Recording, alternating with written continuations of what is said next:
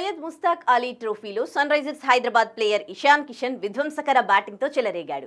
ఈ టోర్నీలో జార్ఖండ్ జట్టుకు ప్రాతినిధ్యం వహిస్తోన్న ఇషాన్ కిషన్ అరుణాచల్ ప్రదేశ్తో శుక్రవారం జరిగిన మ్యాచ్లో ఆకాశమే హద్దుగా చెలరేగాడు. 23 బంతుల్లో 5 ఫోర్లు 9 సిక్స్లతో 77 పరుగులతో అజేయంగా నిలిచాడు. దాంతో జార్ఖండ్ ఈ మ్యాచ్లో 10 వికెట్ల తేడాతో ఘన విజయం సాధించింది.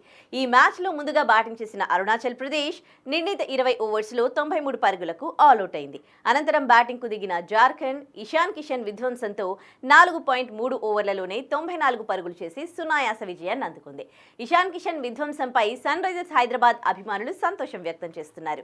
ఐపీఎల్ 2025 మెగా వేలంలో ఇషాన్ కిషన్ ను సన్ రైజర్స్ హైదరాబాద్ 11,25,00,000 భారీ ధరకు కొనుగోలు చేసింది. గత సీజన్ వరకు ముంబై ఇండియన్స్ కు ఆడిన ఇషాన్ కిషన్ అప్కమింగ్ సీజన్ లో సన్ రైజర్స్ హైదరాబాద్ తరపున బరిలోకి దిగనున్నాడు.